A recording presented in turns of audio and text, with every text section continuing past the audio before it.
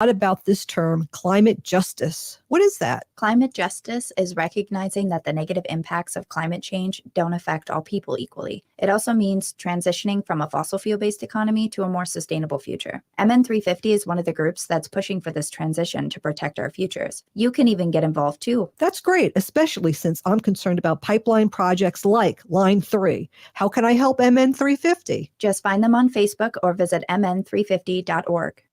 Hey Qgimaa to all my friends and relatives in 4 directions. This is Robert Pilot of Native Roots Radio presents I'm Awake.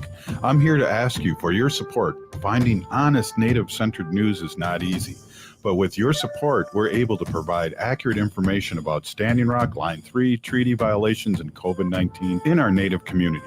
Please visit Native Roots Radio Network on Patreon and donate if you can. That's Native Roots Radio Network on Patreon. Pinigigi, and thank you for your support.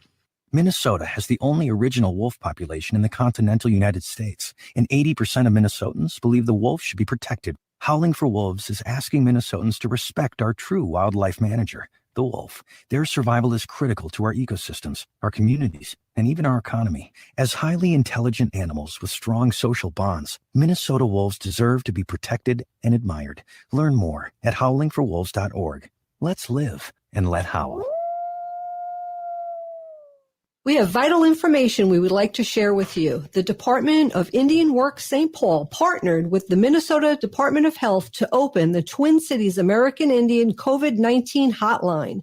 They provide information on testing sites, isolation space, vaccines, housing assistance, and food resources.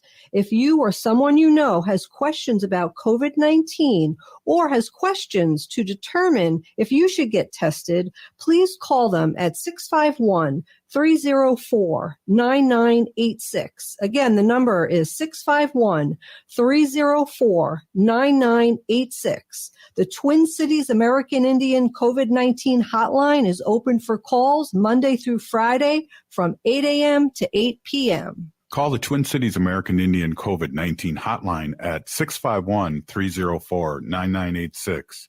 That's 651-304-9986. With your AM 950 weather, I'm Patrick Lulia. Showers and thunderstorms expected overnight with a low of 73, then more hot sunshine on Saturday with a high of 93. With the poor air quality outside, have Air Seal Tech check your home's indoor air quality health. Call Air Seal Tech today at 612-888-3664. Air Seal Tech, Minnesota's premier insulation contractors. Portions of Native Roots Radio may be pre-recorded. It's a good day to be indigenous. Get up, stand up. They are going to become more brutal. Couldn't cut, hitting cut again. Because all the hippies were trying to be Indians anyway. They're going to become more repressive because it's a matter of dollars and their illusionary concepts of power. Hey, Victor. We must live in balance with the earth. And also with recent happenings at Wounded Knee. I am awake. Hey, Qgimaa to all my friends and relatives in 4 directions. You're listening to Native Roots Radio presents I'm Awake, and I'm your host, Robert Pilot. Qgimaa is my real name, and my ancestors will be calling me by that when I come home. We do news all over Turtle Island. We do Native-centric news, and this is where you hear Native news, where you don't hear it anywhere else. As you all know, Native issues are human issues, and human issues are Native issues. This portion of the show is brought to you by the Twin Cities American Indian COVID-19 hotline. The phone number is 651-304-9986. They're open Monday through Friday from 8 a.m. to 8 p.m. Give them a call. Yeah, we'll have we'll have a new signal for them to call out. Hey, That's actually why I got tongue twisted, because I thought I was supposed to start it today. That's my bad. How do you say my bad? The kids say that. Yeah. But hey, why don't we start off right away with Qgimaa had a great interview with Winona, who just got out of jail for 3 days. So why don't we take a listen to Qgimaa's interview with Winona LaDuke today of Honor the Earth. Bonjour. Annie and Qgimaa, how are you doing? You know, I'm doing all right. Probably a little bit better than those up on the front lines right now. How are you doing, Winona? good. 3 days in jail in northern Minnesota. I was arrested, as you may know, with 6 other sisters and mostly elder women, and we were arrested on the Shell River, where Enbridge wants to cross it 5 times, in the largest area or the largest population of mussels in the upper Mississippi River. This really precious, clean river. And so a bunch of us, a few of us went and we stood there and we were arrested. And then we were sent to Wadena County. I spent 2 nights in Wadena County with my sisters, the Shell River 7. And then I was transferred to Aiken County, where I had violating conditions of my release by once again facing Enbridge. And I spent a night in the Aiken County jail. And apparently that's the Enbridge way, making sure that we're all in jail and they can continue stealing our water, our land, and our civil and constitutional rights. Someplace in there, you got to feel like super angry that, people like us, grandmas, aunties are getting arrested so that Tim Waltz can get his kicks with the last tar sands pipeline. I mean, that's the thing, is that this is the last tar sands pipeline. This is the most expensive, tar sands pipeline in history. And it's the end of the fossil fuel era. This last week we saw even Chevron and Royal Dutch Shell are looking at divesting of $12 billion worth of tar sands assets, right? And before that, the Saudi funds, divested, and then the New York Pension Fund divested. Everybody's leaving the tar sands. And so why does Waltz want to, just run over the Indian people and the water of northern Minnesota for a Canadian multinational that doesn't even cover the liability of their spills? Can you talk about the liability of their spills? What kind of problems is Minnesota going to face from these spills? I know Enbridge has already had several reported. There's been one on the Willow River, and I believe 2 to 3 additional ones reported on the Mississippi River. What's the long-term dangers here? Just first of all, just starting out, this frack out spill, the MPCA, originally said it was non-toxic, but that they confirmed now that the frack out spill contains hazardous combustible additive plus 2 additional, contains all of that. So Enbridge claimed that a small amount of drilling mud had reached the surface in the HDD, that's the horizontal directional drill. But the MPCA, initially said it was non-toxic, but it's polysect power pack manufactured by Halliburton, and it has 6,100% polysaccharide from combustible dust concentrations, and it's not supposed to get in the water. So they've got, and I don't know if you saw the footage, but they're sweeping the upper Mississippi with some brooms, and you really got to suck that stuff out of there. And for those of us on the Shell River with the single largest clam population, the last thing you need is a bunch of bentonite and toxins at the bottom of a pristine river system. And for those of us who are water protectors, I was in the Willow River at the time of the frack out, or just right after the frack out. I saw that stuff, and as I stood there in the river, DNR was not interested in the frack out. They were interested in arresting me. It's really just disturbing that people like me got to go to jail, to protect our water. So it's so egregious. And as far as their liability, look, Enbridge has 225 subsidiaries. And those subsidiaries are who own these pipelines. They're not owned by the mothership in Canada, where the liability, where the money is. The money's in Calgary, but the liability's in the United States. And just to really clarify this, Line 3, most of it's not even going into the United States. It's a Canadian pipeline going back to Canada through the Straits of Mackinac. And we're bearing all the liability and all the human rights violations. The other thing that is so wrong really about this is the 5 billion gallons of water in the worst drought in history. The other thing to consider here too is that, the DNR in Minnesota is part of the reason why Enbridge has this permit. It's actually the entire reason why Enbridge has this permit for the 5 billion gallons of water. My understanding is that the environmental impact statement that Enbridge had submitted, that the PUC and the MPCA and even the Biden administration had said was sufficient. and back the Line 3 pipeline has now essentially been made null and void because the DNR permitted them to raise their water permit by 10 times. Is that correct? Yeah, that's right. The environmental impact statement said 630 million gallons, I think, of water, and 10 times that pretty much. The 5 billion gallons of water wasn't in the environmental impact statement. And the Minnesota DNR knew before they issued the permits that Enbridge needed more water. And they received that application in November, approved the permits for 530 or 630 million gallons of water. And then Enbridge formally applied for the addendum. And so for $150, that's how much it costs to just amend it. For $150, they got 5 billion gallons of water. That's a big loophole to walk through. And in the meantime, what we've seen is the Minnesota DNR has been entirely hand in hand with Enbridge. And, so they knew about it. And then they knew about it in December. They didn't notify the tribes until May 14th. And on May 27th, they had a meeting with the tribes. And on June 4th, they issued a permit. At what point was there an assessment of the 5 billion gallons of water? And, us on the Shell River, we're looking at these little clams and mussels. And so I called DNR and I said, you're going to bake the mussels. Didn't we just see like 1 billion mussels and clams cook, in British Columbia, or what's called British Columbia? That's what they're going to do here at this river. They're going to cook those mussels. I called DNR. We begged them to send a malacologist up. Malacologist is someone who studies mussels.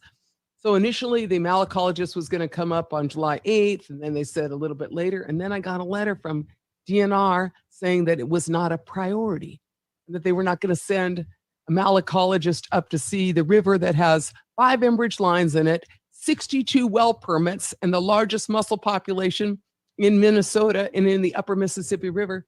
They didn't want to do it. So the 1855 Treaty Authority hired a hydrologist from the University of Minnesota and hired a malacologist. We had to go hire people, hire agencies, hire experts to look at the situation because DNR, has said that they weren't going to come look at these mussels and what they're doing to them. Here we are, 1855 Treaty Authority and Indigenous people having to hire experts because DNR is throwing the Shell River under the bus for Enbridge. It's not just the Shell River, it's the Mississippi River, it's the Willow River, it's the 22 other rivers they're going to cross. The HDDs, that's right. I'm so discouraged and disappointed in Tim Walz and the state of Minnesota for their lack of protecting of any of the wealth of the territory. And, obviously the 1855 Treaty Authority should be managing the North because the DNR can't. What's next? What can really be done to stop this for Minnesota? The Army Corps of Engineers needs to pull some permits. They need a federal environmental impact statement. They need to look at the impact of the frack outs on the mussels. Women like me and tribal people and all across the North, there are 600 people that have been arrested so far, trying to protect our water up here. And more will be arrested. And that's wrong. That's all wrong. Well, Winona, thank you so much for taking the time to speak with me and to talk about these important issues. Is there anything else you'd like to talk about? that there's the Lummi Nation is sending a totem pole that's going to Washington, D.C. And that totem pole is traveling across the country. And there's some runners from Standing Rock, and they're coming to the Shell City campground. They're coming on Sunday. And so if anybody wants to come up north and see the beautiful totem pole that is traveling to Washington, D.C., come join us in the celebration of life and our culture and our rivers. Thanks for calling. Yes, thank you, Winona Miigwech. Hey, that was Winona LaDuke of Honor the Earth. Great job, Qgimaa, on the interview. Up next, we have Kevin Abourezk of Indians.com. We'll be right back. Stay with us.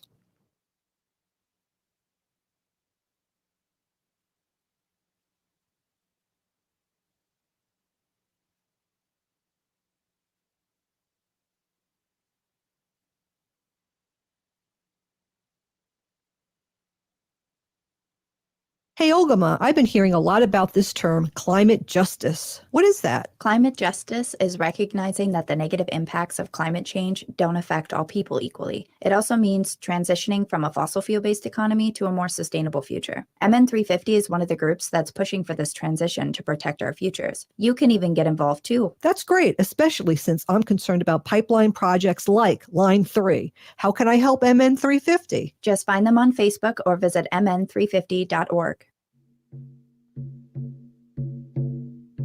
When we heal from our traumas, when we face our fears, let go of our addictions, when we relearn our values, when we live our teachings, respecting our elders, cherishing and honoring our children, when we honor and take care of our spirit, there will be no room left for sexual violence. Sponsored by the Minnesota Indian Women's Sexual Assault Coalition. We have vital information we would like to share with you. The Department of Indian Work St. Paul partnered with the Minnesota Department of Health to open the Twin Cities American Indian COVID-19 hotline. They provide information on testing sites, isolation space, vaccines, housing assistance, and food resources. If you or someone you know has questions about COVID-19 or has questions to determine if you should get tested, please call them at 651-304-9986. Again, the number is 651-304-9986. The Twin Cities American Indian COVID-19 hotline is open for calls Monday through Friday from 8 a.m. to 8 p.m. Call the Twin Cities American Indian COVID-19 hotline at 651-304-9986. That's 651-304-9986. Hey, Qgimaa to all my friends and relatives in four directions. This is Robert Pilot of Native Roots Radio presents I'm Awake. I'm here to ask you for your support. Finding honest Native-centered news is not easy. But with your support, we're able to provide accurate information about Standing Rock, Line 3, treaty violations, and COVID-19 in our Native communities. Please visit Native Roots Radio Network on Patreon and donate if you can. That's Native Roots Radio Network on Patreon. Pinigigi, and thank you for your support. This is Winona, LaDuke of Honor the Earth, and you're listening to Native Roots Radio. I'm Awake. We are the Alusa Nation. Hey, welcome back. Native Roots Radio presents I'm Awake, and I'm your host, Robert Pilot. This portion of the show is brought to you by MN350, a grassroots organization fighting for climate justice. Hey, we have the opportunity to have Kevin Abourezk, a managing editor at Indians.com with a Z, and that's where we get a lot of our news. If we're not listening to Qgimaa, we're definitely going to Indians with a Z.com and listening to them. Well, we are a nation and a race of emotions here. I mean, we have our own Standing Rock happening up here, and then all of a sudden we get good news, and we're going to be talking a little interesting good news with Kevin, and I'm just really excited to have Kevin on. I'm about to unmute you and bring you on. Kevin, welcome as always to Native Roots Radio presents I'm Awake. How happy. Chawashi na bechi zirko. Tuchunkuheska machapielo. My name is Kevin Abourezk, and I serve as managing editor for Indians.com. Thank you so much, Robert, Qgimaa, and Wendy, for having me on the show today. As you said, some good news, at least by way of Cleveland. Today on Twitter, the Cleveland Indians franchise announced that it had decided on a new name for its team. You might recall back in December, the franchise made the announcement that it was going to change its names from the Indians to something else, and they hadn't really decided on what that something else would be. And this morning on Twitter, they announced that they would call themselves the Guardians. And in announcing this, the team said that the reason for this was to sort of pay homage to kind of a popular sculpture there, this 43-foot sculpture that overlooks Hope Memorial Bridge in Cleveland, and it's called the Guardians of Traffic. And they felt like this was a good way to represent not only that sculpture, but sort of the role of the team in trying to bring hope to the community and serve, to sort of guard the community in some ways.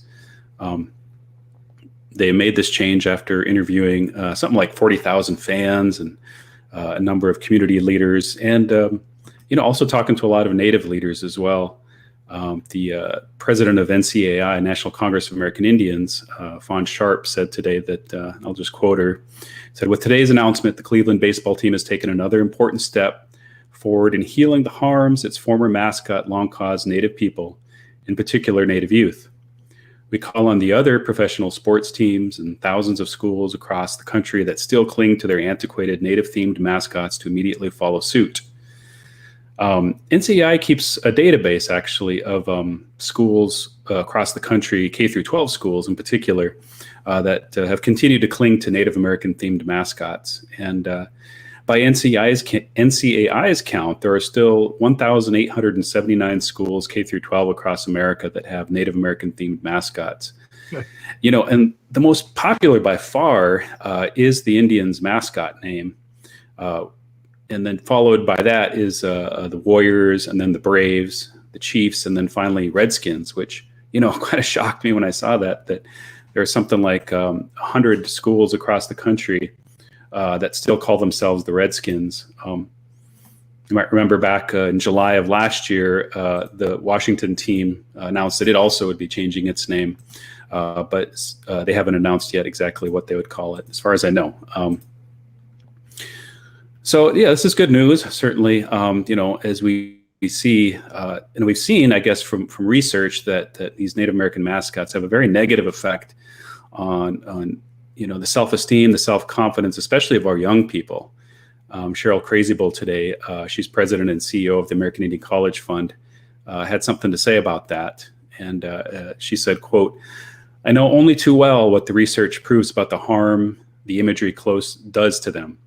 By selecting a team name and image that reflects a city's shared values and celebrates all its citizens, the Cleveland Guardians have set a welcome and higher standard for how change can be managed by listening to all community members, including all voices in a shared vision, and helping a city and enterprise and citizens grow as they move forward." Cheryl as well called on other schools, other professional sports franchises to change their Native American themed mascots. I do want to note too, though, that Susan Harjo, who was one of the lead proponents of changing the name of the Redskins as well as the Indians, did offer just a little warning, I guess, or just said she saw a little bit of a red flag in the naming of the Cleveland team to the Guardians.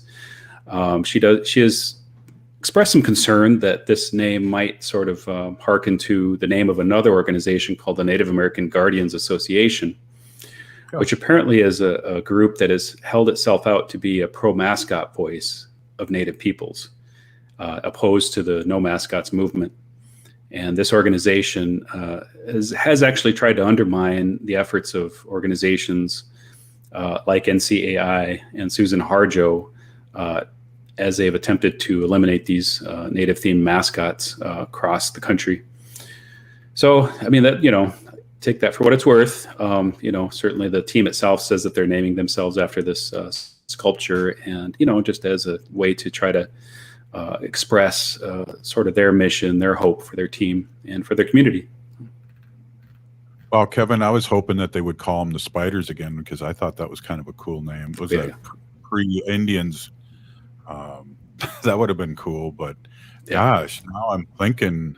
And then also this great information you're giving us on over 1,000 schools still use that name. Is there any demographic that you could see in that list? Is it more Southern schools, or it's just Wisconsin, or everywhere?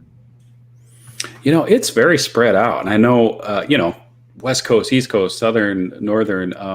I didn't really look at it trying to figure out, which part of the country has more of these mascots. I can certainly say in Nebraska here, this is an issue that we continue to fight. There was actually a report done in March of this year by the U.S. Commission on Civil Rights. They had done a number of hearings here in Nebraska, just trying to assess the impact of Native American themed mascots within schools here in Nebraska. and had come out with a report recommending the change of those mascots, and recommending ways that the state could, support that, because there are a number of costs involved with obviously changing a mascot, and you're talking about changing uniforms and finding new logos and things like that. So they had recommended a number of ways that the state could help with that.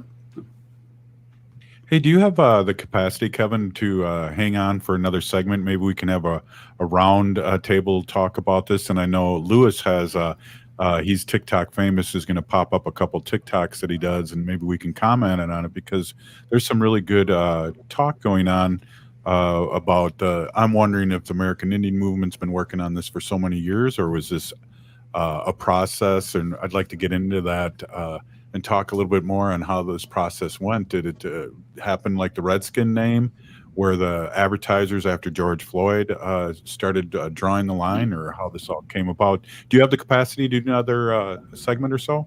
Yeah, absolutely. Yep. Wow, that's great. Wow. And then Kevin, before we get going here, we got like 30 seconds before we get off. Can you tell everybody how they can see your content and a little bit about Indians.com? Great. Yeah, so Indians.com, of course, our website is the best way to find our articles. That's Indians with a Z as in zebra. And you can also find us on Twitter, same handle, and on Instagram and on Facebook. Those are probably the best ways to reach us. You can find me on those mediums as well, except for I don't have my own website, I guess, but certainly on Twitter, Instagram, and Facebook. We have a weekly roundup we do on Clubhouse, which is an app on iPhones.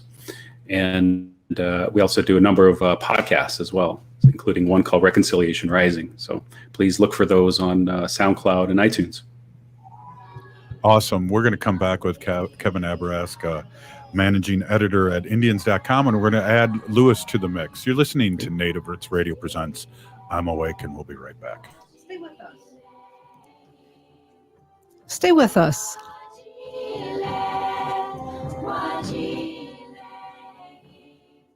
Hey, Wendy, what are we doing for dinner after the show? How about we go to J. Selby's on 169 Victoria Street in St. Paul? They have a delicious plant-based menu that's compassionate and environmentally sustainable. I'm getting their spot-on vegan Big Mac, the dirty secret. You can pick up and they deliver within a 5-mile radius, or you can call them at 651-222-3263 or visit jselbys.com. Well, you sold me, Wen. Let's go order at J. Selby's tonight. I'm hungry.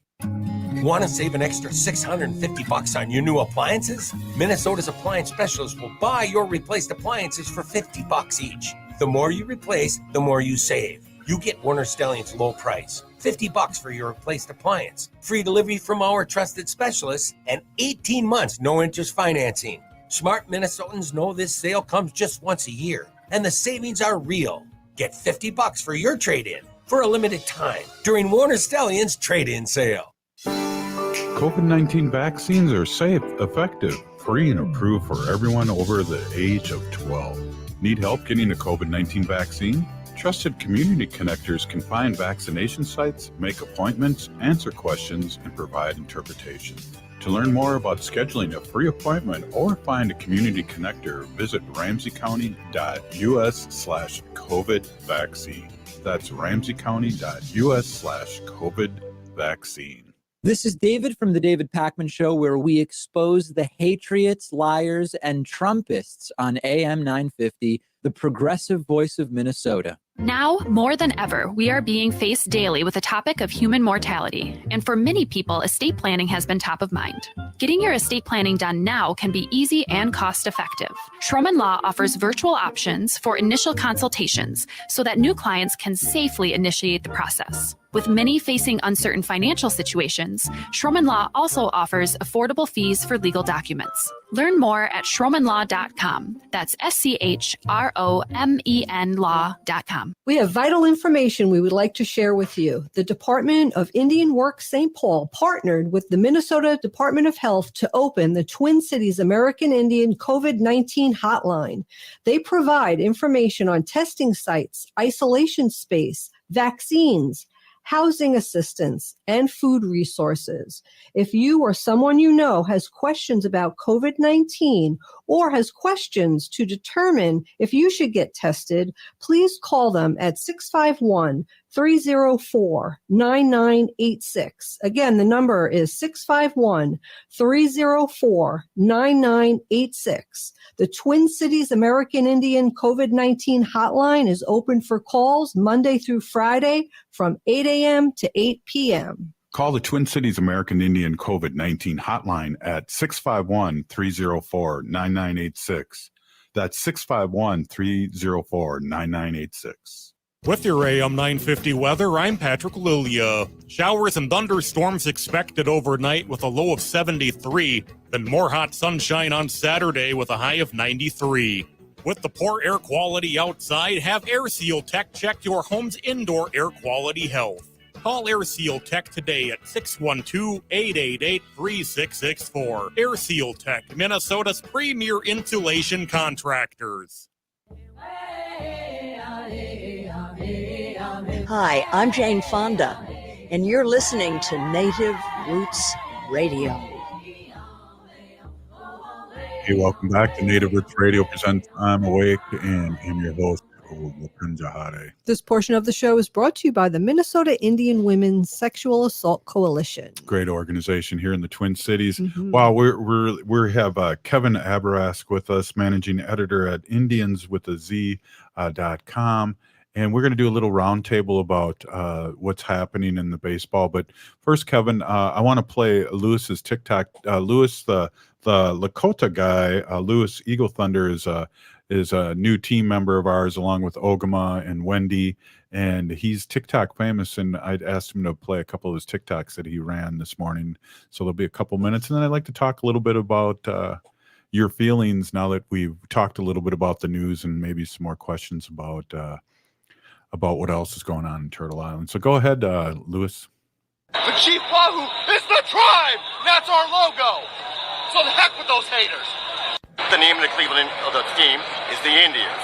It's not the Spiders, it's not the Blues. I disagree. The name is actually going to be the Guardians, because Cleveland today has decided to choose a new name after 100 years. I give all the credit for this for all the indigenous activists through decades of hard work. Bigger issues out there that we're working on, but this is really important because it's about identity and the confidence and self-esteem of our children when they look at mascots. It's important for them to know that they deserve dignity. Congratulations to Cleveland and the entire organization. Wow, great job.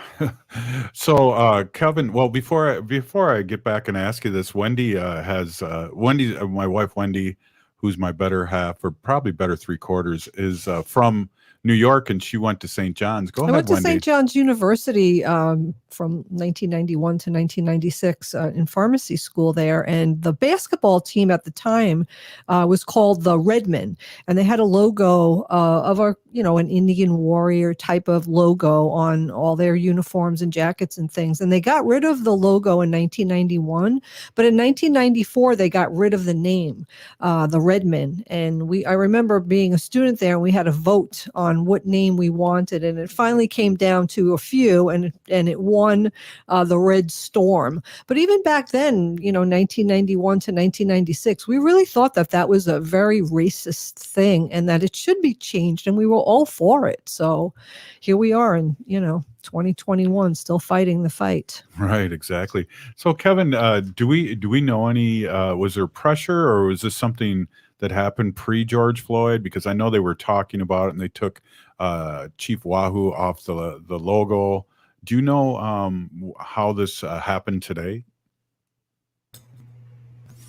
Yeah, there certainly was a lot of pressure from organizations like National Congress of American Indians that changed the mascot campaign.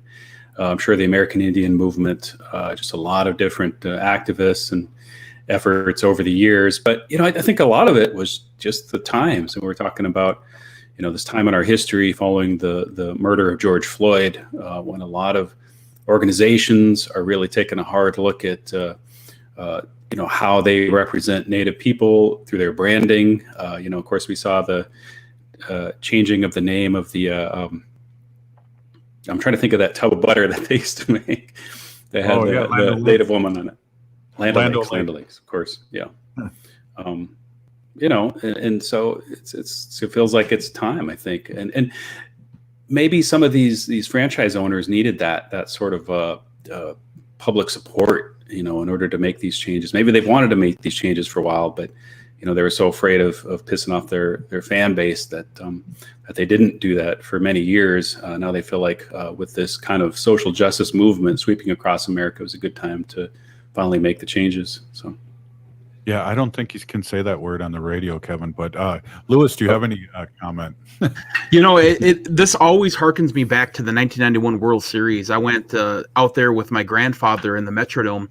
That's when the Minnesota Twins won their second, championship against the Atlanta Braves at the time.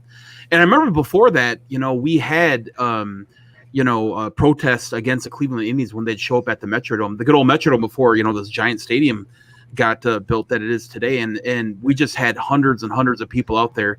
You know, different organizations have supported the name change, but I give a lot of the credit to a lot of our elders and a lot of those ones staying outside Cleveland Stadium time after time, you know, being yelled at, being spit on, you know, being called names and harassed, and taking all that and today happening. So it's a cumulative effort, you know, and it's just one of these things that you know, a lot of these people didn't get to see today that were on the Lions back in the 80s and 90s. Yeah, I agree, Kevin. There's been a lot of background work, Lewis, and you know, I can think of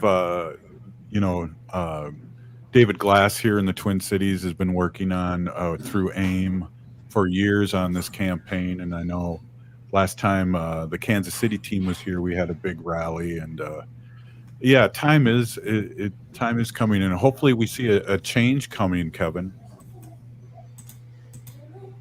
Yeah, I'm pretty hopeful. I do think that there's been an awakening in this past year and beyond as well, but you know, I do think people are finally starting to listen, and I hope this lasts for a while. You know, you just never know.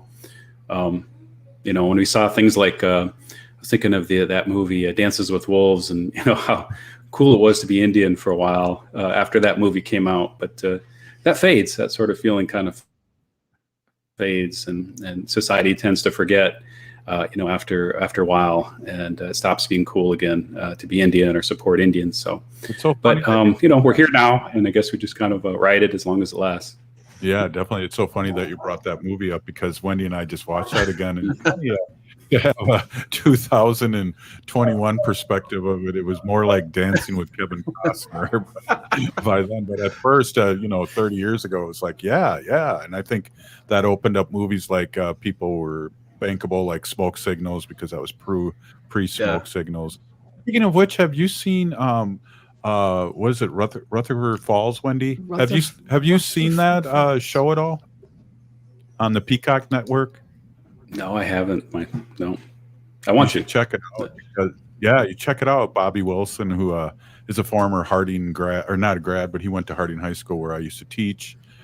He's one of the writers, and I don't know. It when I bring up Smoke Signals, it reminds me it has heart like that, and also has a great message. I was really pleased to see that they were bought up for a second season. So everyone, including you, Kevin, check that out. It's free on Peacock.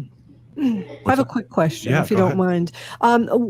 Does anyone know if the Cleveland Indians, now the Guardians, were they threatened by any large sponsors of leaving if they didn't change their name? Because wasn't there another big team that did change their name, but the reason why they finally did it was because they were going to lose like a really large sponsor. Well, Nike. Oh, with, was it Nike and the with big who? ones with the Washington team. Oh, okay.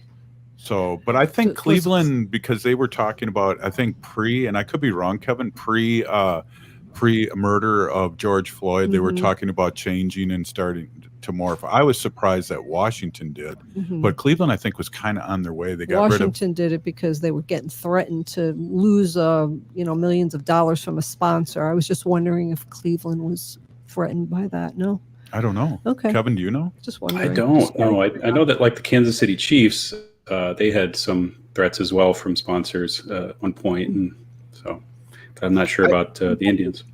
I think we would be remiss not to bring up North Dakota's change in mascot, which was one of the first ones with the Fighting Sioux. You know, I mean, there was a lot of controversy around that one. You know, like especially for us Dakotas, right? People would always ask us, "Hey, what do you think about?" I'm like, "I'm just here to watch hockey, buddy." You know, like I don't want to talk to you about this, right? But again, it's we talk about all this stuff, but big shout out to all activists. I mean, we're in a time where we've never seen before with people going on the streets, protesting, wanting justice, and this type of atmosphere leads to this. And exactly what Wendy said, pressure on sponsors is big. You hit them on their wallet, and that's one thing that we've been able to do, and with the power of social media that we didn't have in like the 80s and 90s.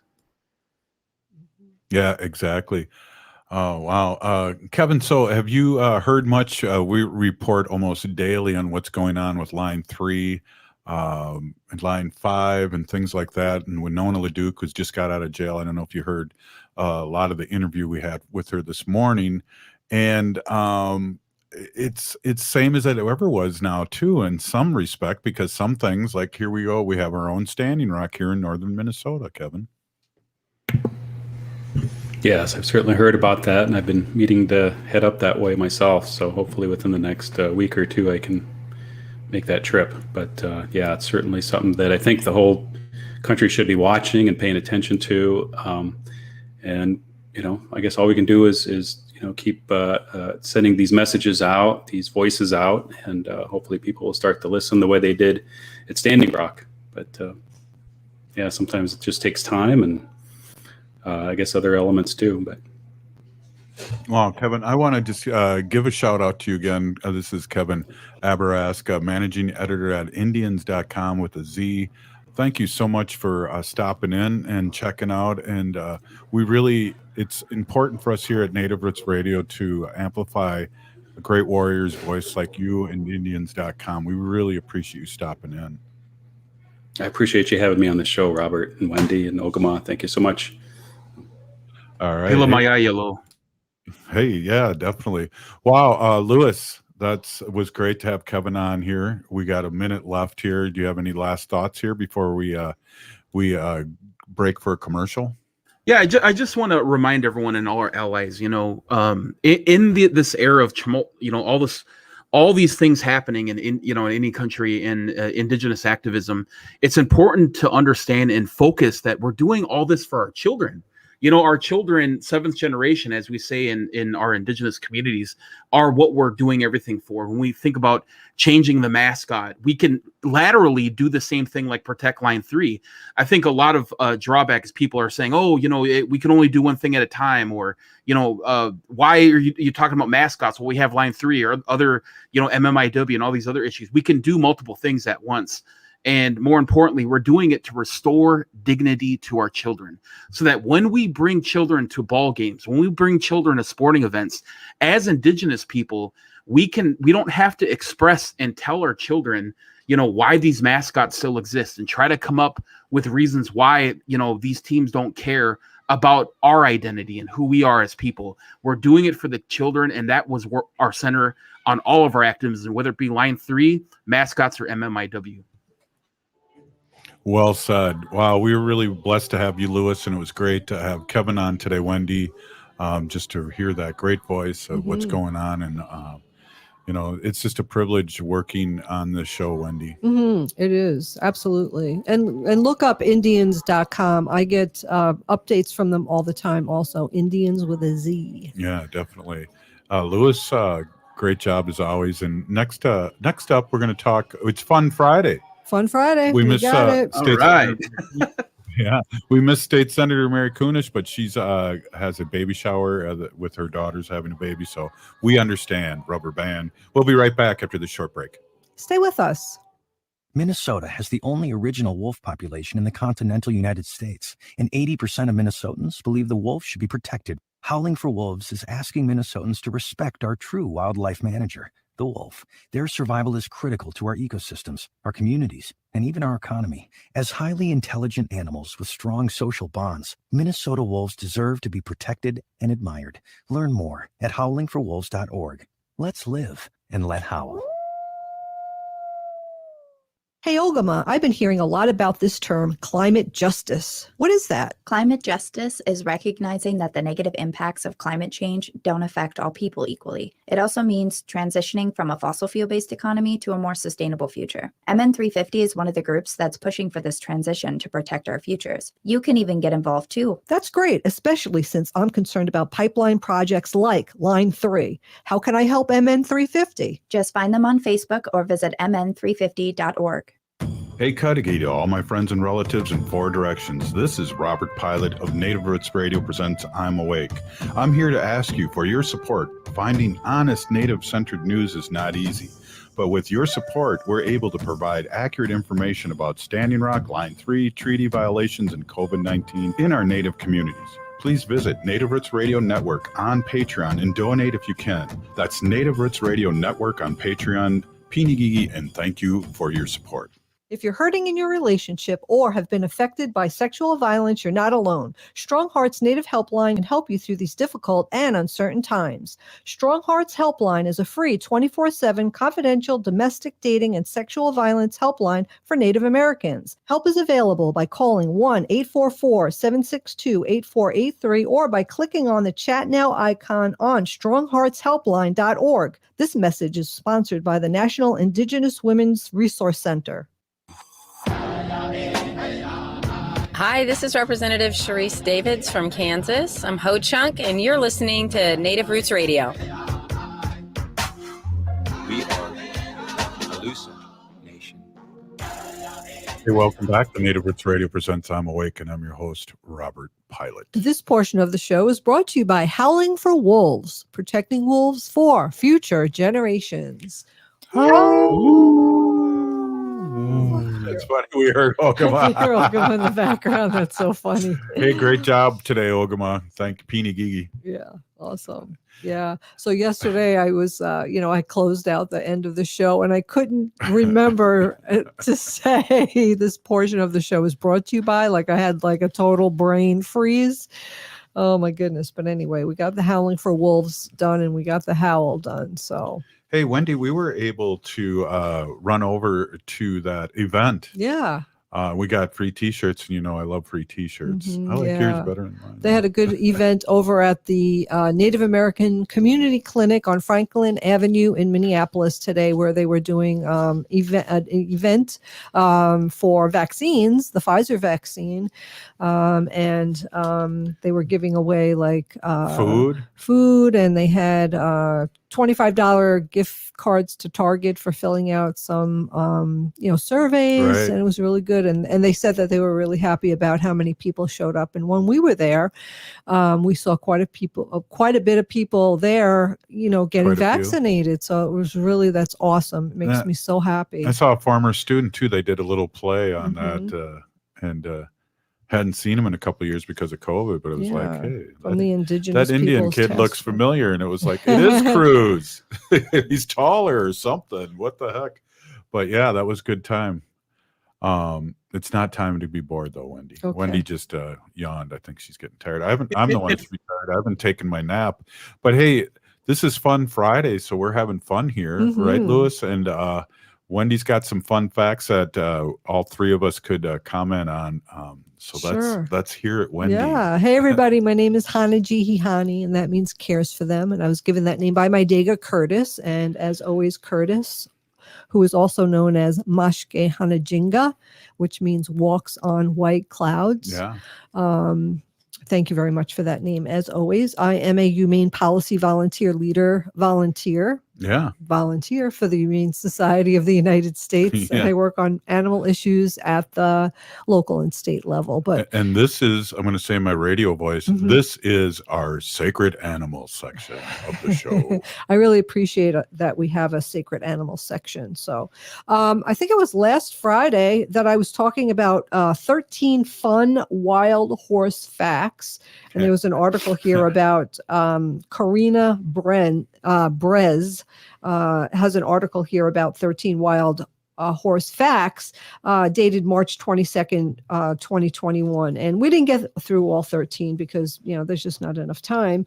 But I figured I'd start off where we left off and talk about the wild horses. And the reason why I'm talking about the wild horses is because we've been talking a lot about the Onquai horses in Utah. So that's why I wanted to do that. But anyway, I have number 8 here is wild horses have hooves that are remarkably sharp. They are. This is another difference between feral horses that do not have when compared to horses that are truly wild. Wild horses have very sharp hooves, which allow them to access food options when they are limited in grazing grounds, right? They can use their hooves to strip bark from trees, take down leaves from a branch, and some even dig so they can bring up roots. So that was interesting. I didn't know this. And this was number 7. I skipped this one, but let's go to number 7. All horses will eat a variety of different plants as a primary part of their diet. This is because all horses are a grazing species. What makes truly wild horses unique is that they always will tend to favor one specific plant species over others during specific times throughout the year. They will gravitate towards their preferred plants, showing a distinct seasonal food preference. So in the winter, they probably eat some things, and in the summer, they eat some things. The Rolling Stones' Wild Horses playing in the background. Oh, that would be awesome. I'll love that. It. Number 9, wild horses have their metabolism slow down during colder months. Wild horses go through a process called hypodermis during the winter months. This process causes their metabolism to slow down when it becomes colder outside, helping them to have able to survive on lesser food supply. Then when the weather begins to warm up, once again, the food becomes more plentiful, their metabolism will begin to increase. Wild horses also consume water, but at less amounts compared to other horse breeds. A wild horse may drink as little as 3 liters of water per day. In comparison, a domesticated horse will consume at least 8 liters of water per day. So hey, now this is Fun Fact Friday, and this is Wendy's talking about wild horses. Qgimaa has a quick question. Yeah. How do I get the winter slow down metabolism thing? I want that because in the winter my metabolism doesn't slow down. I eat the same amount. Yeah, but you know what? We're not out and about. We're sitting in front of the TV on the couch a lot more. So then we get like the winter 15. Oh. So yeah, it should, right? Our metabolism should definitely slow down. Absolutely. Exactly. There was another one here that I thought really was while you're looking, I'll say, yeah, go ahead. This is the sacred animal portion of our show, and this is Fun Facts Friday.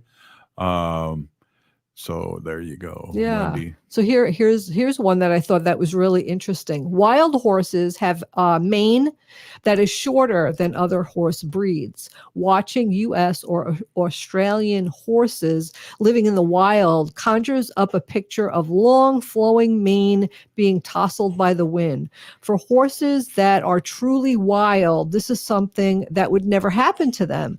This is because their mane is extremely short and upright in comparison with other horse breeds. To us human haircuts is an example. The feral horse would have bangs with a long bob cut, and for wild horses, they would have a military style flat top. But it's funny. I'm not really sure. I keep going back and forth about these Onquai horses. They call them wild, but some of their traits that I read about may just be feral, and I can't find any concrete evidence that says that they are totally wild, because if you remember last week when I talked about this,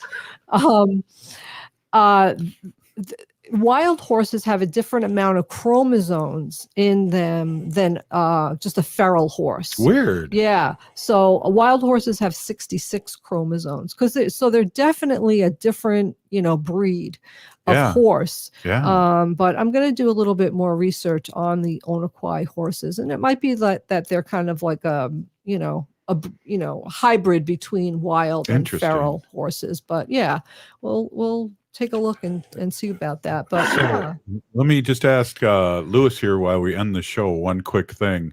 Who has the most unique DNA of any person in the world? The most unique DNA than anyone else in the world. That'd be that's a good question. Yeah, you'd probably say so. Mm-hmm. Well, I did say so. I don't think I made that up either. And one last quick one. Wild horses are typically much smaller than other horse breeds too. So they are smaller. Wow. Shunka Wakan. That's how you say horse in Lakota. Lakota word of the day. Say that one more time. Shunka Wakan. Nice. I like that. Shunka Wakan. Hey, I would like to end with these thoughts. If you are listening to the show, you are part of the resistance. From Chief Plenty Coops, the ground in which we stand on is sacred ground. It is the blood of our ancestors. We need to resist, divest, join a group, or run for office.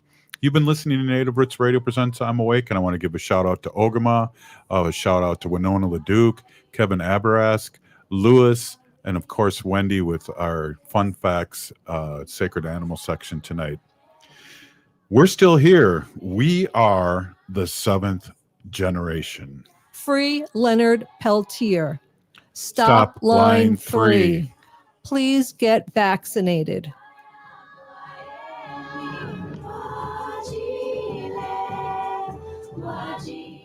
Located just north of 50th in France, the Great Wall Restaurant has provided